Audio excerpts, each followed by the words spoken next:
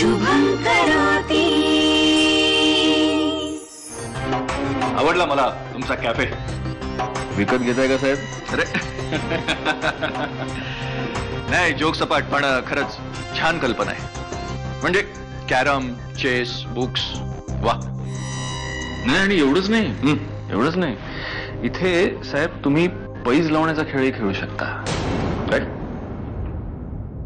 नाही, म्हणजे असं पैशासाठी वगैरे नाही. इथे पैज लागते ती क्वीन साठी.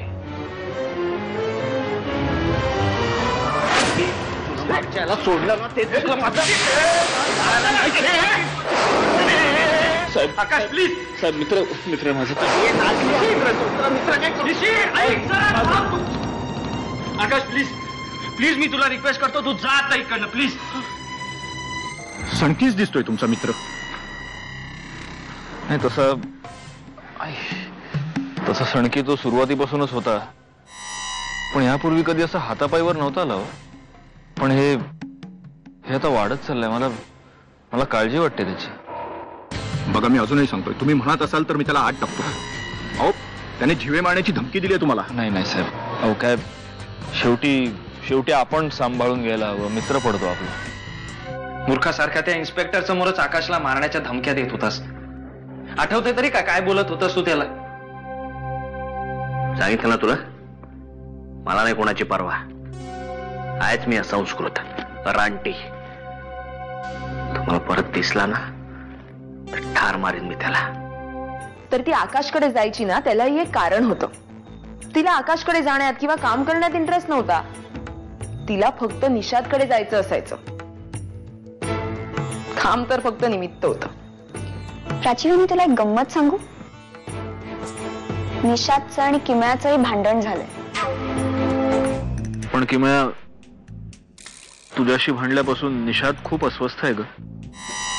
खूप त्रास होतोय त्याला. आज कॅफेमध्ये पुन्हा त्याने माझ्यावर हात उचलला. काय?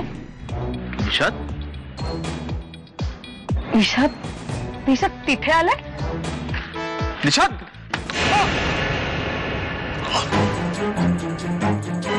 निषाद, आकाश कुठे आहे तुम्ही? नमस्कार, आनंदनगर पोलीस स्टेशन. पिया गोरपडे बोलतोय. काय हल्ला? कुठे? कोणत्या एरियात? हा, सोहम, निषाद आहे का तिकडे? कशासाठी? सोहम, प्लीज सांग ना, निषाद आहे का तिकडे?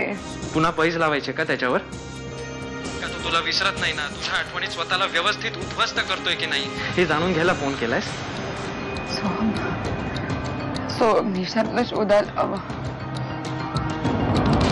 रघुवंशी, ताबडतोब गाडीत घालायला, हॉस्पिटलला न्यायला पाहिजे. ए, सावकाश रे. तू अस्वस्थ वाटलास म्हणूनच मी विचार. अस्वस्थ नाहीये. I am fine. I am normal. Okay. काय रे, लय माज झालाय ना तुला? चल पोलीस स्टेशनला.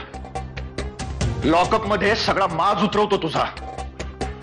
साहेब काय केलंय काय त्याने? काय केलंय विचार त्यालाच. तिकडे जीव घेणं हल्ला करून इकडे येऊन सगळं नॉर्मल आहे म्हणून सांगतोस?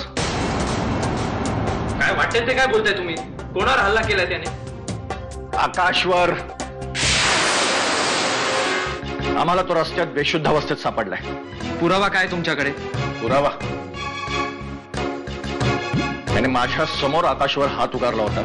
साहेब, रागाच्या भरात तो बोलला असेल, हातही उगारला असेल त्याने, पण म्हणून याचा अर्थ असा होत नाही की हल्ला निषादनेच केलाय. गावकर, मग ही टोपी जिथे घटना घडली, आकाश बेशुद्ध अवस्थेत सापडला, तिथे कशी काय आली?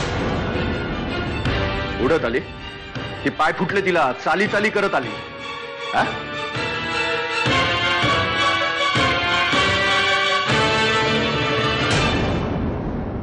शुभं करोति।